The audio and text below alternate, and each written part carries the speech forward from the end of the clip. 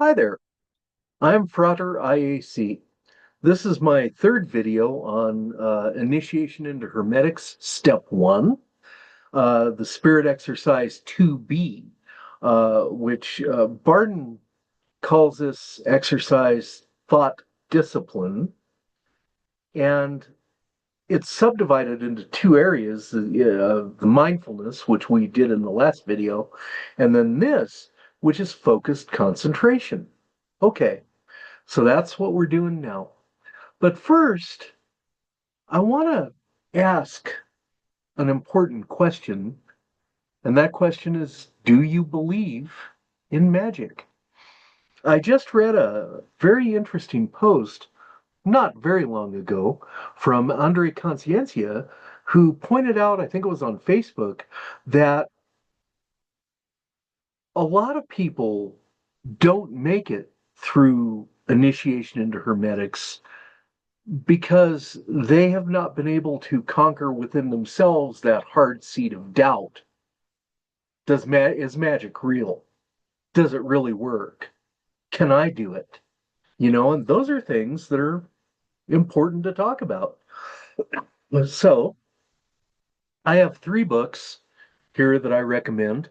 We have an activity from Bentoff's Stalking the Wild Pendulum later in this presentation, so I won't belabor that, except to highly recommend the book. It is very good. Now, the book in the middle is by Dr. Nisha Manek. She is a neurologist, and she, like many physicians, uh, got to wondering about the power of the intent of the physician and the power of the intent of the patient. How does that factor in to the healing, right? And so she did a lot of research and she wrote this brilliant book about William Tiller, who was a physicist who proved in the lab in rigorous laboratory settings with hundreds of subjects that focused intent can in fact change matter. Just amazing work on the part of Tiller. And the third book, um, I just put a review on this on Perseus Arcane Academy, so you can read what I had to say there. But I like this Gary Holtz guy, the author of this, and Robbie, his wife, because it's genuine. This is a genuine guy. Um, he was an aerospace guy. He owned a company that contributed to the aerospace industry sector in the United States. And he was a very intelligent man. And he came down with multiple sclerosis, MS. He was only given like 2 years to live in 1994. He ended up going to Australia. And you can read the book is very good. It's an easy read. But he gets this lady named Rose, who's an Aboriginal healer, teaches him the 5 factors within yourself that are necessary to heal you. And he did. And you know what I like about the book is, again, it's genuine. He didn't get a miracle, okay? He used the magic of the Aboriginal healing technique. And the guy was almost a quadriplegic. He barely had the use of his arms.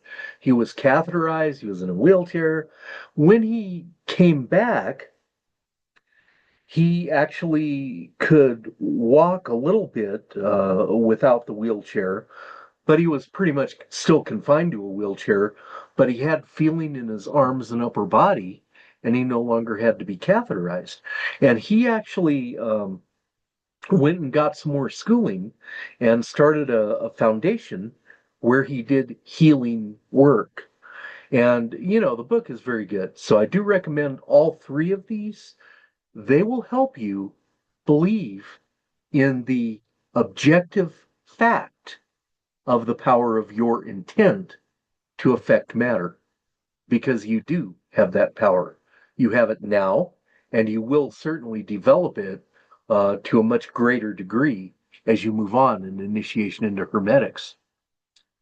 So now, in the last video, I stressed very carefully with you how careful you have to be about how you talk to you, because human beings have awesome powers of thought.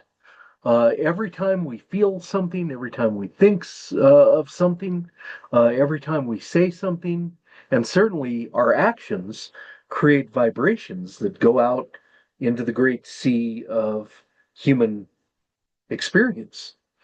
So it's really important to develop a greater degree of control over how you talk to you, what you allow yourself to feel, think, say, and do, because those things matter. The picture here depicts a Hopi elder. Now, the Hopi are a small tribe of people indigenous to the continental United States. They live in the Four Corners area, um, where Colorado, New Mexico, Arizona, and Utah meet. It's called Four Corners, where the state boundaries meet. And there's a big Navajo reservation there, and the Hopi are there too. And you can see this is a Hopi elder. He is a subsistence farmer. He has a digging stick. They do not use machinery. They do not have sewer lines. They don't have running water. They don't have electricity, but they are completely self-sufficient. They have steadfastly resisted um, dependency on the United States government. They won't do it. And this fellow is out on his land, and these elders, these Hopi elders, they're human just like we are, but they tend to be very happy and content with their life because their purpose in life, they have decided, thought, were told by the divine providence as they experience that entity, that they are to live in harmony with God, each other, and the earth. It's as simple as that. And so they do subsistence farming in a desert area. There's almost no water there. It's dry as a bone, but they are self-sufficient as a people. It's amazing. And it kind of makes you think about the dichotomy between materialism and spirituality, because these are very non-materialistic people and they're happy, they're content, and they live a long time. These elders commonly live into their 90s and even 100s, and they're healthy, they're fine. And it kind of makes you think about what civilization really is, because we tend to equate civilization with level of technology. But maybe that's not entirely true. I'll leave that up to you. Now, we're ready to get into the subject matter. What does Barden say? I always like to read the instructions. It's a good idea. And so this is what Barden says about this exercise. And it's interesting. These instructions threw me for a loop. I had a really hard time with this exercise. So let me explain. We'll read through the instructions. Okay, Barden says retain one single thought or idea for a longer period while you steadfastly suppress all other thoughts which obtrusively try to join it. Then in gold, I have select any idea or train of thought or any other suitable concept for this purpose at your own discretion. Retain this concept with all your power. Now, I didn't quite get this line when I read. You know how sometimes when you're reading, you kind of skip over certain clauses. That's what happened to me here. And then he goes on, he says, vigorously reject all other thoughts which have nothing to do with the one you're practicing. In the beginning, you're only going to be able to do it for a few seconds, but later you must succeed in maintaining and following one single thought for at least 10 minutes. Okay, fair enough. But there's a couple of things here that I want to mention before we go on.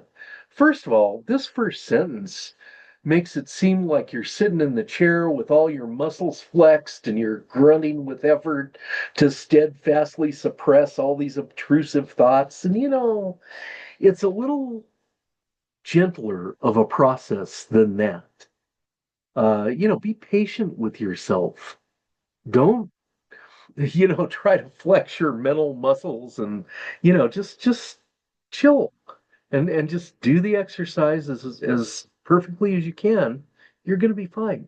The other thing I didn't get when I read this is he said, I was tripping on train of thought. Select any idea or train of thought. I didn't read the second part of the sentence, other suitable concept. I was thinking about a train of thought. And I'm sitting there going, what is this? What does that mean? Train of thought. What are we talking about here? And so naturally, I thought of trains. When I was a kid, I had a Lionel electric train. I love trains. Everybody loves trains. Well, not everybody, but I do. And, so I was tripping on this concept of a train. And so my train of thought became a train. And it didn't work very well. And I almost gave up, because I had such a hard time with this one exercise, train of thought. What? You know, and then I was thinking about this, and gosh, I've done consulting in corporate settings. I've taught at collegiate and in corporate environments. I know this. I know how to concentrate and focus my concentration. What am I doing with this train?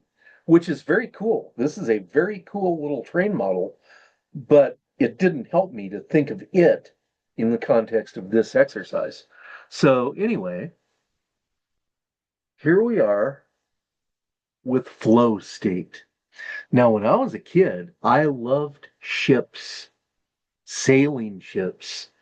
To me, there are very few things that are more graceful than a ship under full sail on a beautiful sea, just amazing. And when I was a little kid, um, I used to buy these plastic models. I had model airplanes, I had model ships, I had model tanks, I had all kinds of stuff, but mainly ships because I loved them so much. And gosh, when I'd get home from school, I'd be working on a model. I'd put newspaper on the coffee table because my mom had severe adverse reactions. If I got glue or paint on the coffee table, I was in big trouble.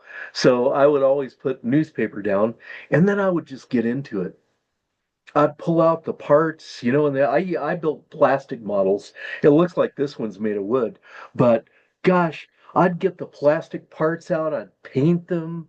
I'd had masking tape, I had paints, and I'd put them together. I did the rigging, all that stuff. And I was in the flow state. I didn't know what the flow state was at the time, but I would lose track of time.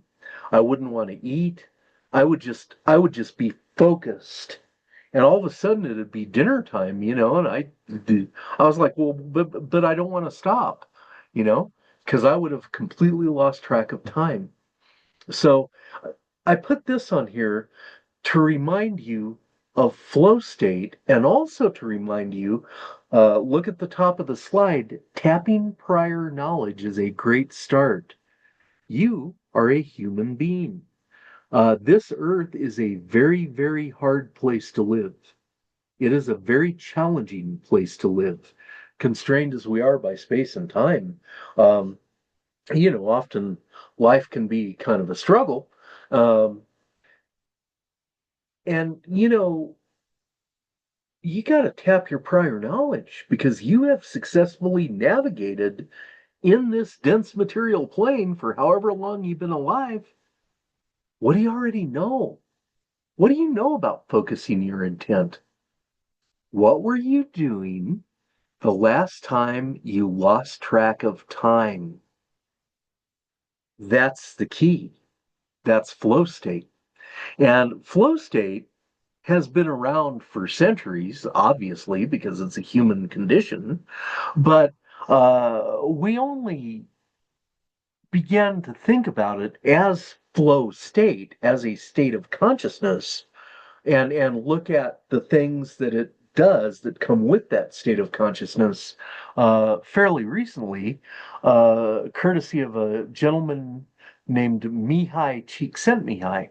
And he was an immigrant from Eastern Europe to the United States, and I think he taught at Harvard or one of the Ivy League schools. He wrote a book that was a very seminal work, um, certainly in corporate consulting, and career guidance. Flow state is integral. And so he wrote a book called Flow, The Psychology of Optimal Experience. And you can look at his quote. And what's interesting? He's talking about the process here. The mystique of rock climbing is climbing. Get to the top of a rock, you're glad it's over, but you really wish it had gone forever. He goes on. The justification of climbing is climbing, like the justification of poetry is writing. You don't conquer anything except things in yourself. And so he just goes on and he says the purpose of the flow is to keep on flowing. You're not looking for a peak or utopia, but you're staying in the flow. And so he makes and this last sentence is or this second to the last sentence, really important, okay? It's not about moving up. We think we got to climb the ladder, okay? And what Csikszentmihalyi is saying, you don't have to be consciously climbing the ladder. You have to consciously do the things that you love to the point where you're in the flow state, you're losing track of time. And when you keep the flow going, you're going to move up because you can't help but move up because your consciousness is expanding. When you're in the flow state, you're discovering something very, very important about yourself and your own capabilities. So let's talk about that a little bit more. Any coach of a championship team will be able to tell you all about flow state because that's what they teach their players. Okay.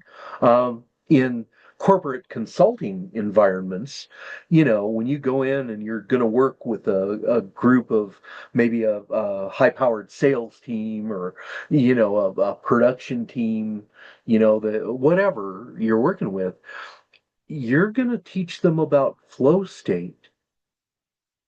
You're going to teach them to train their consciousness so that when they are in that task, they are losing track of time, losing track of self, losing track of wanting to eat, whatever.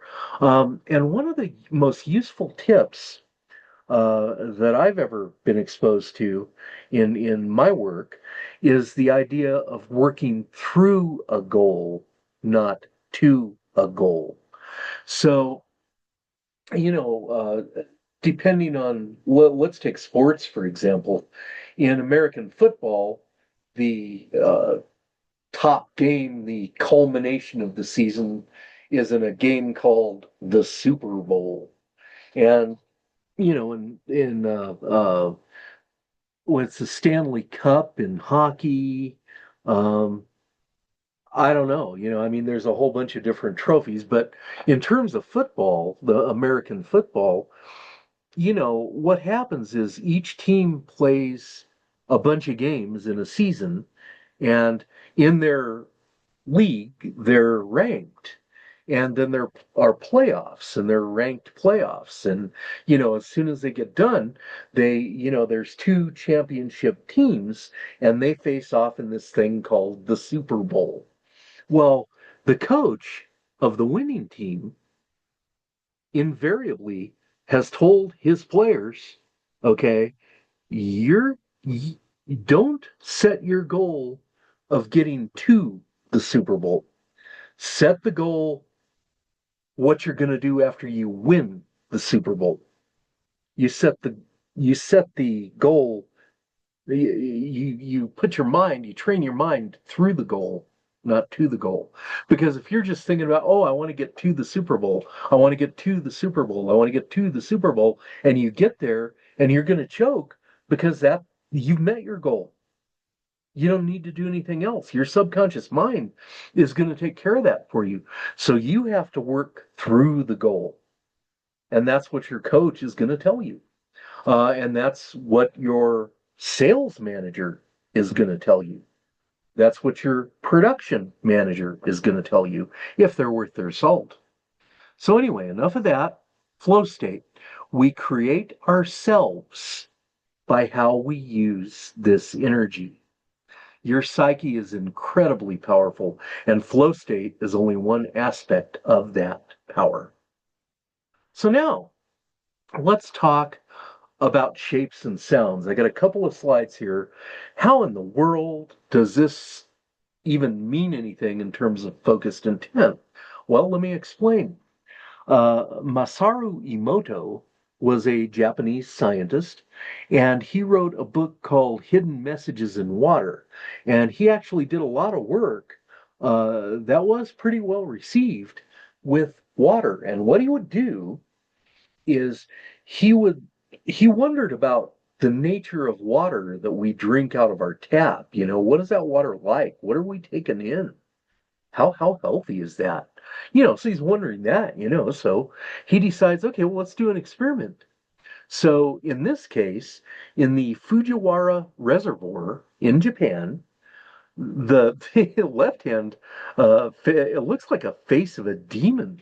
Man, that thing's downright scary. This is a quick frozen drop of water from the Fujiwara Reservoir in Japan in the before state, the control state. And then he had a bunch of Buddhist monks go to the shore of that lake and pray over the water. I don't know how long they prayed. I don't know what they prayed, but they prayed.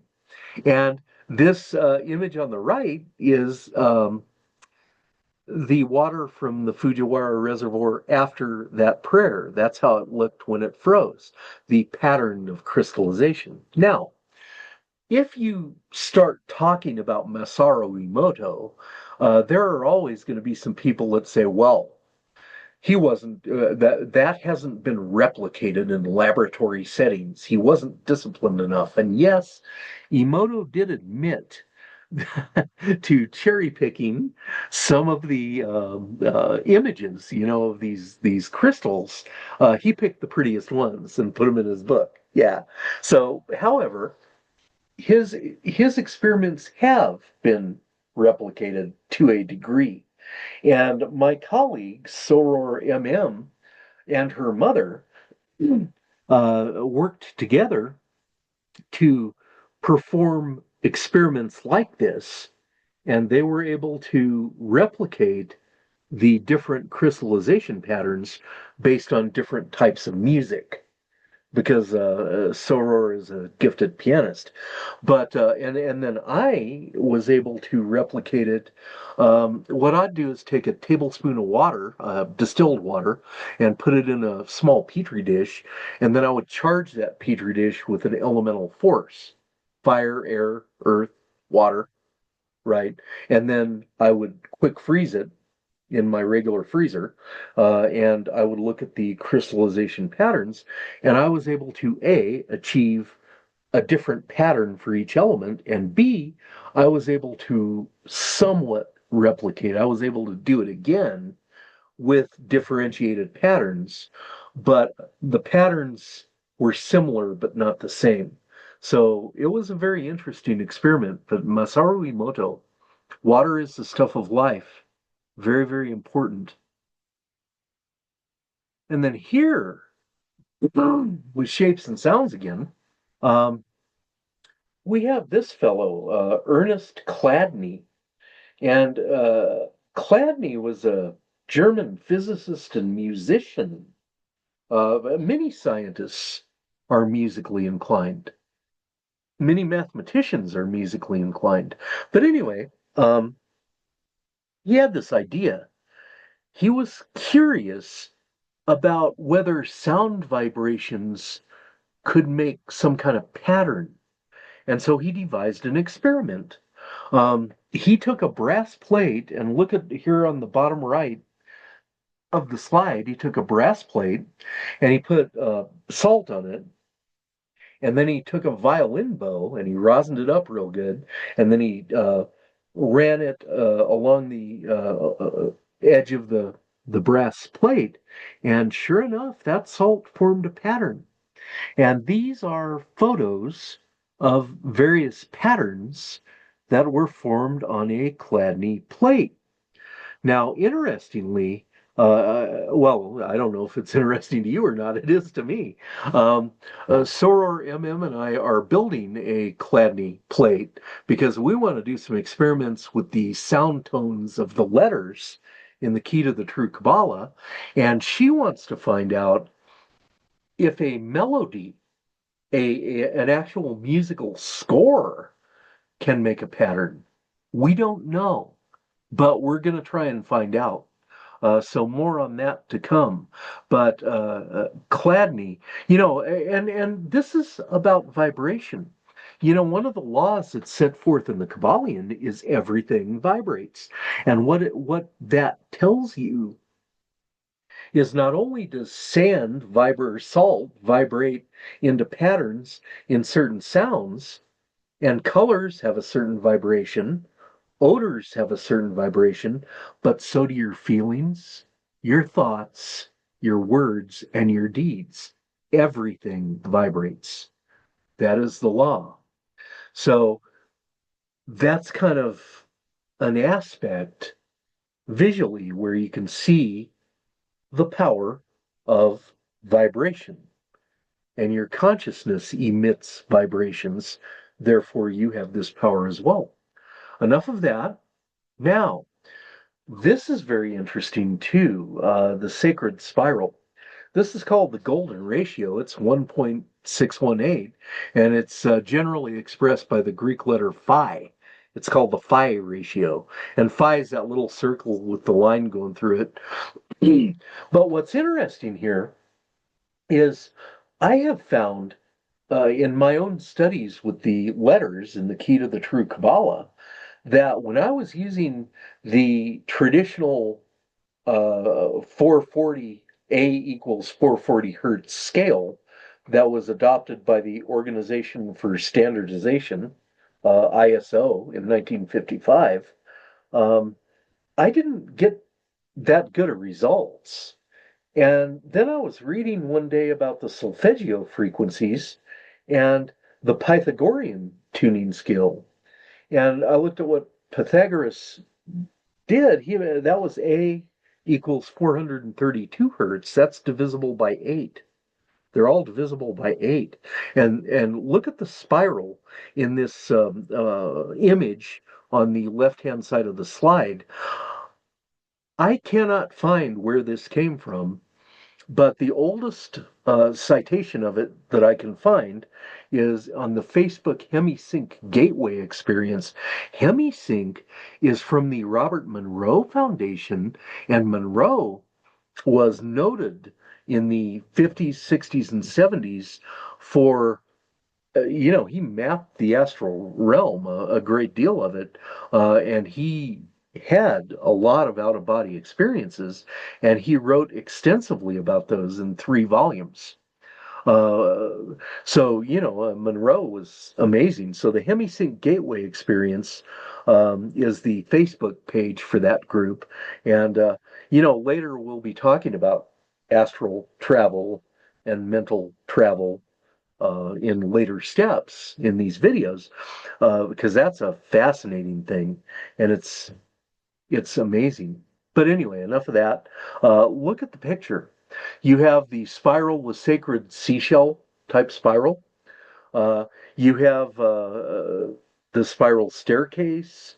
You have uh, Pythagoras standing there with other sacred shapes. Uh, you have crystal lattices. And I make and use a lot of crystal talismans. And what the talisman does, the use to which it can be charged and used to amplify your own intent, is based on the pattern of its lattices, its atomic structure. Very interesting, because quartz has a different structure than something like tourmaline. They do different things, right? So that's interesting. So you have crystals. So this is a really important concept. And again, you know, magic has form and it has motion. And I'll leave it at that, but this will be important as time goes by. Okay, now let's try an experiment. Now, this first experiment is called time dilation, and it was put in chapter 4. Itzhak Bentov has you do this experiment in Stalking the Wild Pendulum. And what he's talking about is how how we say time flies when you're having fun? Well, it does. And so while you're waiting in the dentist's office, right, you're not having fun, it drags. So time is relative to what it is that you're doing, right? And so Albert Einstein was once asked about this concept of psychological time, and he said, well, think about when you're spending 2 hours with a nice girl, you think it's only a minute, but when you sit on a hot stove for a minute, you think it's 2 hours. Don't do that at home. I don't recommend sitting on a hot stovetop, but you get the idea from that. So the clock here is a widget that I downloaded to my personal computer from the Microsoft App Store. And you can see it has a second hand. It's called an analog clock. This is how I learned to tell time, because when I was a kid, we didn't have digital clocks. We had clocks with hands. And so this little tiny thin long hand is the second hand. It keeps seconds. And the other longer hand is the minute hand. And then the little short hand is the hour hand. And again, the second hand moves. And that's what we're doing. That's what we need for our experiment, because it's called time dilation. So what you're going to do is you're going to sit in your asana posture. Remember, that's hands palm down on your knees, your back is straight, your neck is straight, feet are flat on the floor. You're going to shut your eyes and you're going to think about what you were doing the last time you were having so much fun that you completely lost track of time. And you go into that place, that happy place, and you think about it, you meditate on it, you relive it, you feel it. You can smell the air. Like if your happy place is the beach, hear the waves, smell the salt, smell the ocean shore, feel the breeze.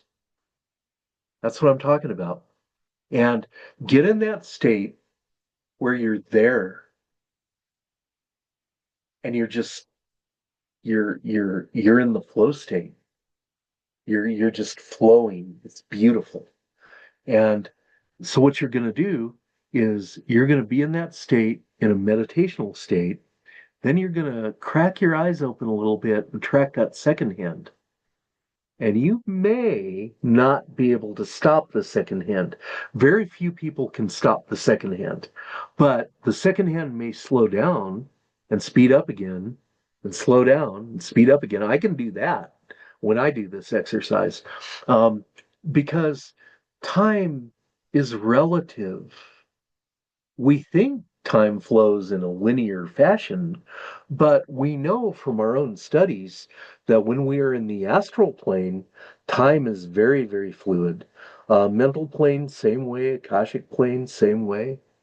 There's no time, there's an eternal now. And so what you're doing here is you're proving to yourself that you can change your state of mind to make time go faster or slow down. Very interesting. And this experiment has been replicated by many, many people. Stalking the Wild Pendulum came out in 1977. So it's been around for years and years. And there are numerous people who have done this experiment. So try it and see what you think, because it's a good way to prove to yourself that you can affect the perception of time, because the clock is still going at the same rate it was. Nothing's changed about the clock. The second hand's moving at the same rate it always has, but your mind perceives it moving slower or more quickly depending on your state of mind. Very interesting, because this whole thing is about expanding perception and thus expanding consciousness. So there we are. That's the first experiment. Try it. Um, it'll be interesting in the comments if you care to put it down. Try it and track the result, and track any physical sensations, any feelings that came up, any thoughts that came up. What was this like for you? You should always do that and keep a journal. So now let's try another experiment. And this one we're going to do together over a period of maybe 30 seconds. Um, I made a mistake when I first did this, which is why I had such trouble with this particular lesson. I looked at train of thought, but I didn't read the rest of the instructions. And so I was reading an essay, I think, by William Mistolay, and Mistolay says, oh, try meditating on a color or an emotion. And I'm like, yeah, that's a good idea. And so I did. And when I started doing that, I kind of got it, you know?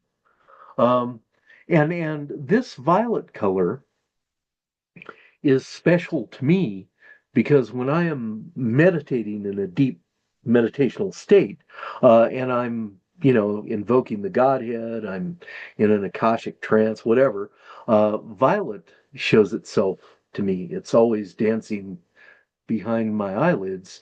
And, the uncreated light that the hesychists speak of is colorless. It's perceived by the spirit. But this is the light, I think it's the light of my own devotion. But anyway, the violet. But when you're doing this, take an afternoon and spend an hour or so and do it with 4 or 5 different colors. Do it with blue, red, green, yellow, orange, violet, brown. Do this, and each color has a personality because the color vibrates in waves very rapidly.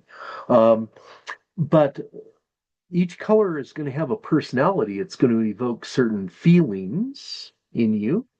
It may evoke certain physical sensations, and different thoughts may come up while you're meditating on the color. You may even experience olfactory sensations. You may smell smells, or there may be a taste or a sound. So, go with the flow, and meditate on these colors and try that and be gentle with yourself. This is going to come. You want to in the flow state. You want to get in the flow state in these exercises. What you do is just focus on the process. Do the exercise as perfectly as you can, right? And don't worry about the results. Just do the exercise as perfectly as you can.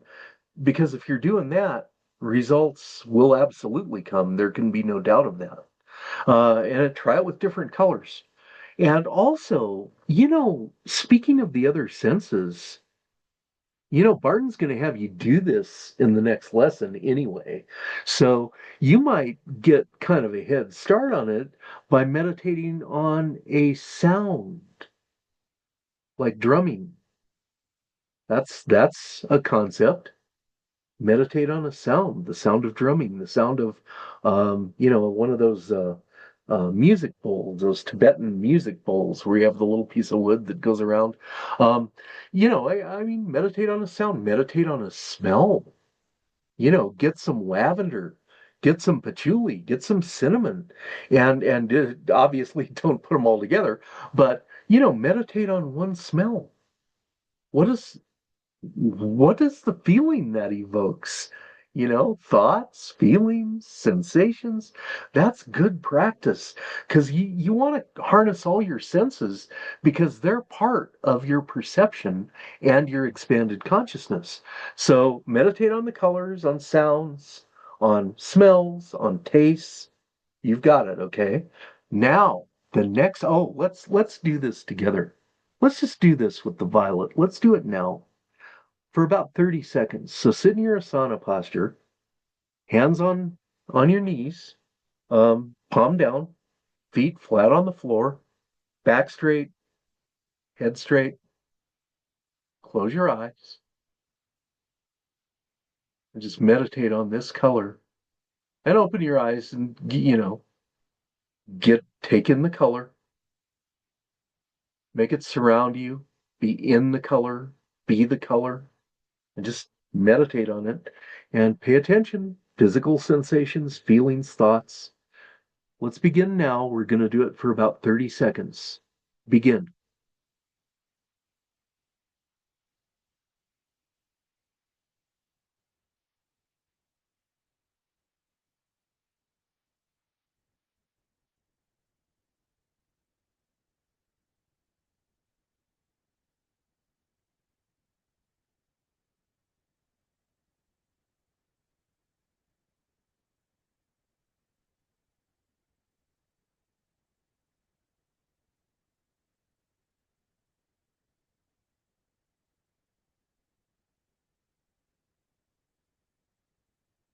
Okay.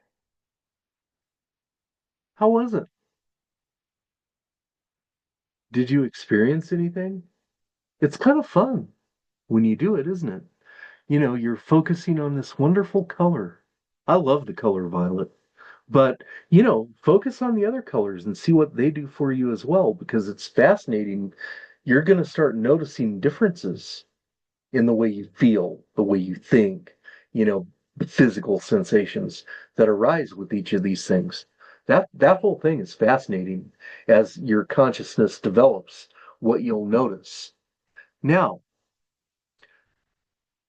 I also um, found out that it can be very good to meditate on a feeling, an emotion.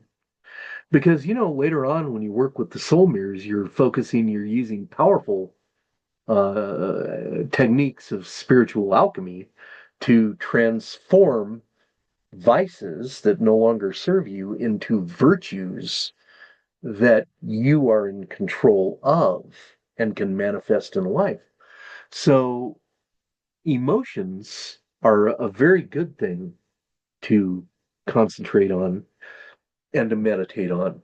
I don't recommend meditating on the negative ones like anger and lust and so on. They don't do that. Um, but love, joy, peace, these are the high levels of vibration when it comes to human consciousness. They're very good to meditate on. And this particular song, these lyrics, are from a song that Leonard Cohen came out with in 1984 called Dance Me to the End of Love. And I'm in my 60s. I've been with my spouse for a long time. And so when I first heard this song, it moved me very deeply, and it made me really reflect on love and the nature of love as it evolves between two people over years, right? And so I use this, and this evokes a certain feeling of love, and then I meditate on that feeling. So pick a song that you like, pick a poem that you like, maybe something out of your wisdom literature that you read, whether it's the Bible or the Gita or whatever.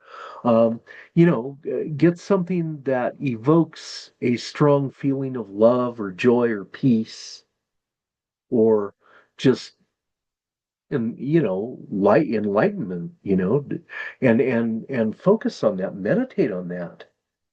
Focus your consciousness on that. That's a very, very good exercise, and it will definitely make you stronger in terms of the way you're making it through the soul mirror activities, because we want to make it through that efficiently. The soul mirror by far is the most challenging. These steps 1 and 2 are the underlayment of everything that you're going to do later, and everything builds on these things that you're learning now. So they're very important. And so the soul mirror is some of the most powerful magic you can do, although often it doesn't feel like that. So anyway, Leonard Cohen, a wonderful song. Now there is more to come. This is the last slide. Our next video is going to be about what we know as vacancy of mind. Barden calls it thought mastery, and it's the idea of, just meditating without thought. And that isn't as hard as some people make it out to be, and you will evolve to that ability, by the time you're in the later steps of initiation into Hermetics, you will have created a well of silence by mastery of the earth element, and you're really going to be able to be great at this exercise. But it's not that hard, and we'll go through it in the next video. And I really place great store in active introspection. There will be more on that as well. And we're going to take that on 2 videos from now when we start with the soul mirror.